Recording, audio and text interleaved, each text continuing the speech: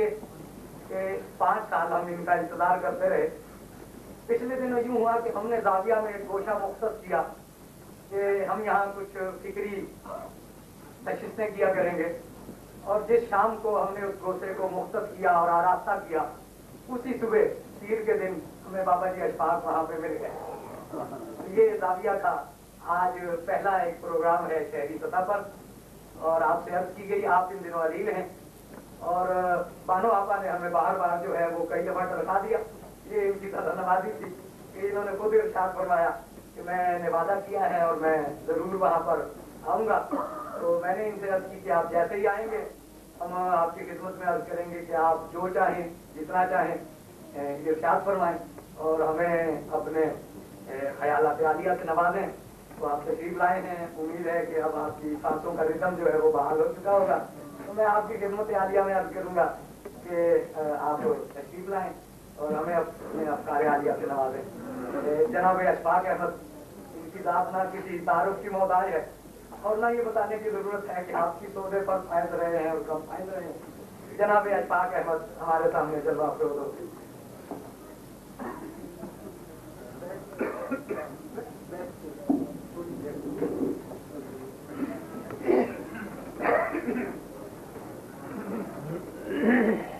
بسم اللہ الرحمن الرحیم. اللہم صلی علی سیدنا محمد النبی الامی وآلہ وصحبہ وبارک وسلم. مہمانان گرامی معززین مجلس، میں بالکل دل کے شوق سے آپ کی خدمت میں پہنچا ہوں. میرا جسم ذرا کم ساتھ دیتا ہے، لیکن میں اس کی کم ہی پرواہ کر کے آپ کی خدمت میں آ گیا ہوں، اور میں سمجھتا ہوں کہ یہاں آنا میرے لیے زیادہ خوشی کا باعث تھا اور ہے. پیر کرم شاہ صاحب سے میری ملاقاتیں کم ہوئی لیکن بڑی طویل ہوئی اور ایک خاص معنی کے اندر ہوتی رہی. میں جب ان کو باتوں میں اور گفتگو میں جسٹس صاحب کہتا تھا تو وہ ذرا سا ہر بار مسکراتے تھے اور کہتے تھے کہ میرا ایک نام بھی ہے. میں کہتا تھا نہیں، مجھے یہ لفظ ایسے ہی اچھا لگتا ہے. تو میں جج صاحب آپ سے کئی حوالوں سے باتیں کروں گا اور میرے دل میں بہت سارے سوالات ہوتے ہیں.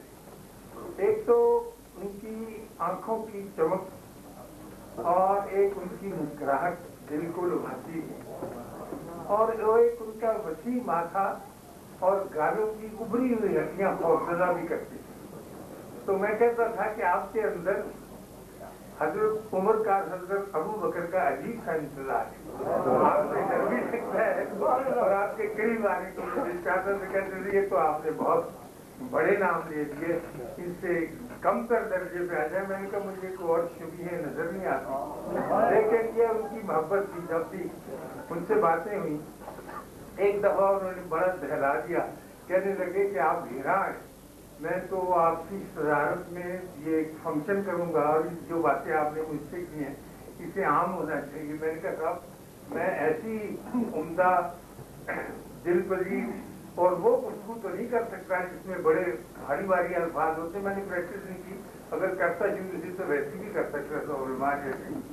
لیکن چونکہ آپ کے لوگ عادی ہوتے ہیں، کہہ لگے نہیں ہمارے لوگ عادی ہوتے، آپ یوں ہیں. چنانچہ میں اور بڑی واسف ہمارے دوست تھے، ان کو بھی راضی کر دیا. انہوں نے کہا چلیں گے. تو آخری وقت میں سچی بات ہے آپ کو ایمانداری سے عرض کرتا ہوں کہ خوفزدہ ہو گیا، کیونکہ آپ جیسے لوگوں کا سامنا کرنا اور ایک بطلے عظیم کی موجودگی میں بہت ہی مشکل ہے.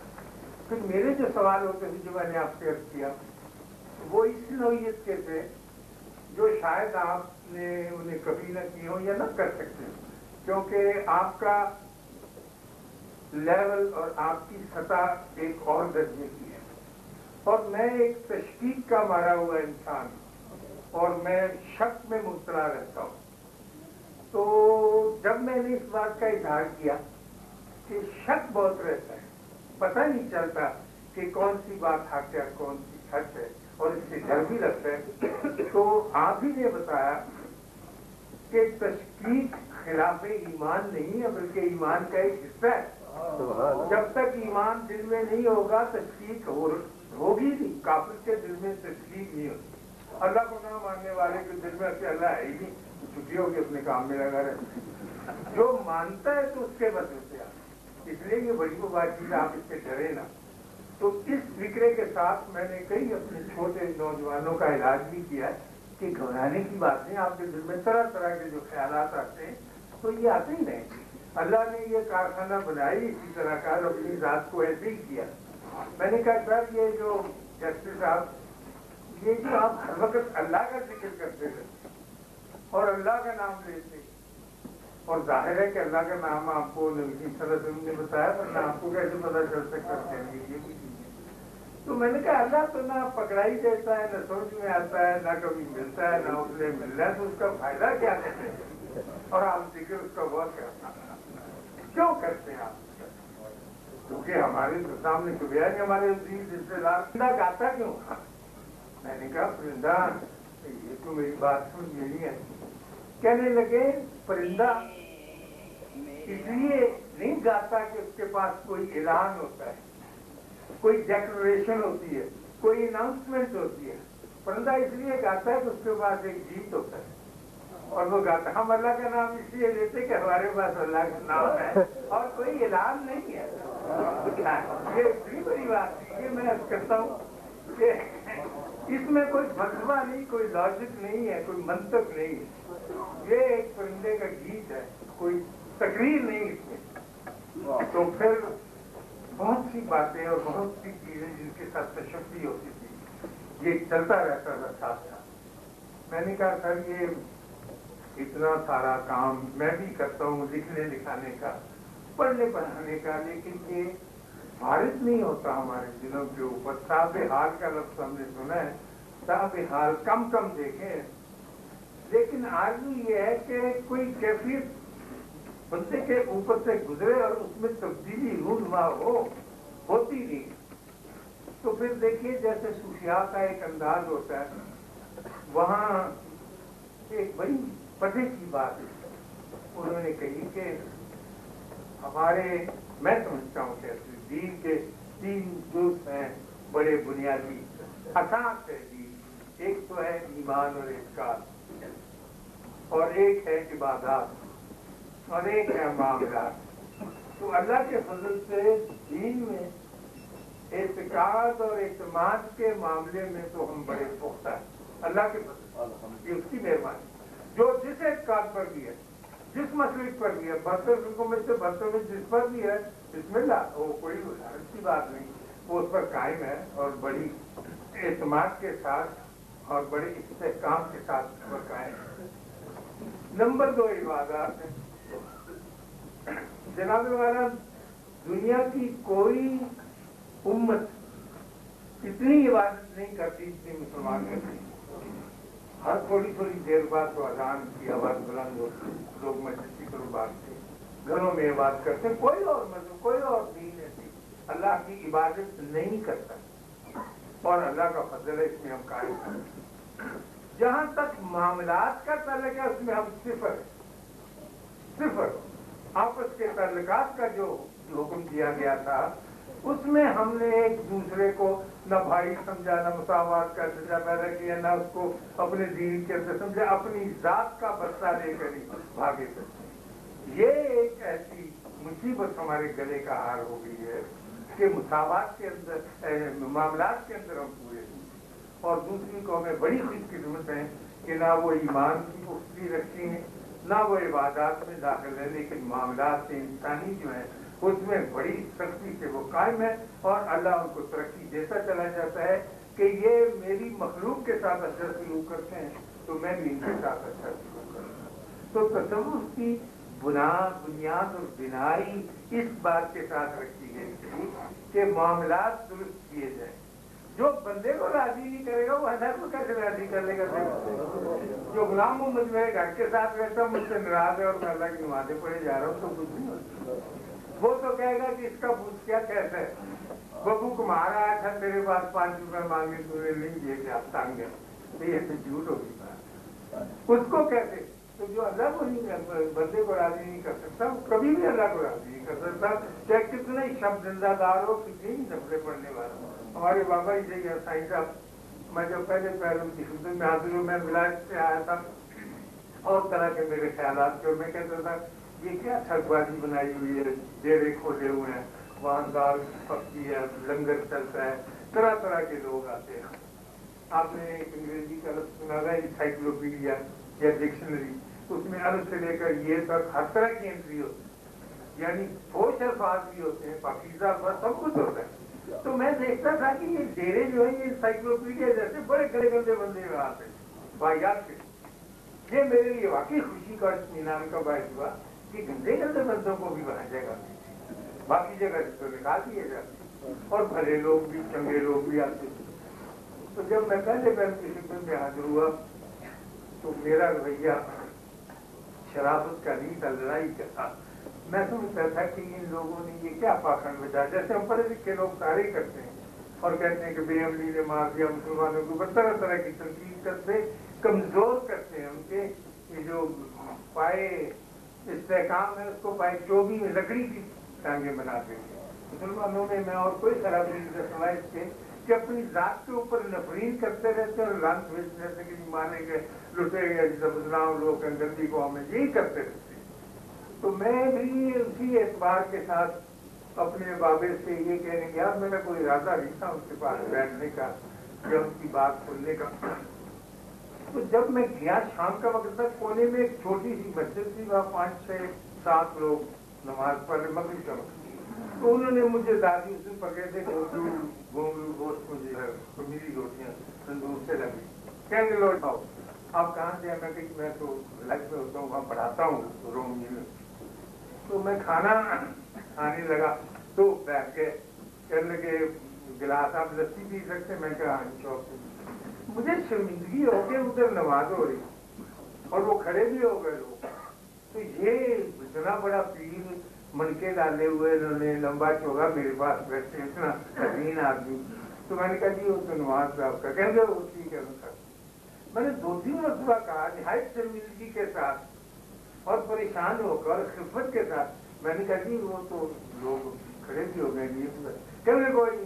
جب میں نے زیادہ زور دیا تو میرا ہاتھ پکڑ کر بولے کہ نماز کی قضا ہے، خدمت کی قضا نہیں۔ یہ ایک حیران کو ذکر تھا پہلی دفعہ۔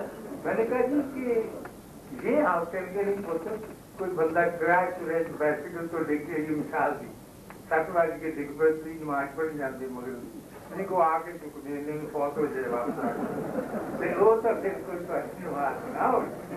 تو پھر میں نے کہا یہ تو عجیب و غریب سا آپ کا دین ہے، یہ کدھر سے آتا ہے؟ کہنے کے یہ اصل راستے سے آتا ہے، یہی ہے تو انہی بابوں کا اور یہی سب کچھ عطا کرنے والے لوگ ہوتے۔ کل میں ایک بڑی دیر کی بات ہے، باب فرید کا ایک مصرع، ایک ہی ہے ان کا مصرع کہ فریدہ ٹوریا ٹوریا جا، تیرے لمبے لمبے وال فریدہ ٹوریا ٹوریا جا۔ تو ایک بندے نے کو کمار میں جانتا ہے اس کو دوہے ان کے سارے اکٹھے کر کے آخر میں تیسرا مصرع یہ لگاتا ہے کہ ٹوریا ٹوریا جا فریدہ ٹوریا ٹوریا جا۔ تو اس میں ایک دوہا ہے، آپ سننے کا ہے کہ اٹھ فریدہ ستیا سے اٹھ کے باہر جا، جے کوئی بخشیا مل گیا تو نہیں بخشیا۔ ایسے ہوتا ہے، یعنی آپ اکیلے اس جگہ پر نہیں رہتے اپنے آپ کو کہ اہدنا الصراط المستقیم۔ اہدنا الصراط المستقیم تو اور کئی دینوں میں بھی سارے راستے پہ زور لگاتے ہیں۔ اللہ بھی بڑا سیانا ہے، اللہ خیر بولنے کا آتا ہے، یہ کچھ تلاقی کریں گے، کہتے ہیں الصراط المستقیم صراط الذین انعمت والا بندہ پکڑ لے کوئی بندے، جیسے بندہ ہاتھ میں ایک بٹیر آگے کرتے آپ نہیں، انمتا رحم والا بندہ مل گیا تو زندگی بن گئی، نہیں تو بندے کی اپنی تکلیف مارتا ہی رہتا ہے۔ تو کوئی بخشیاں مل گیا زبردستی، اس کے ساتھ میں یہ بادہ پر ذکر کیا، وہ کہتی مجھے اور کچھ نہیں آتا، کوئی بابا آیا کہ کہا شاید نے جبری بات چاہے وہ برائی تھا کہ شاید یہ بخشے لوگوں میں سے ہو تو تیرا بھی کام بن جائے، اور کچھ نہیں ہوتا ہے۔ یہ آرزو رکھنی ہی چاہیے کہ بہت ہی ضروری ہے۔ پھر انہوں نے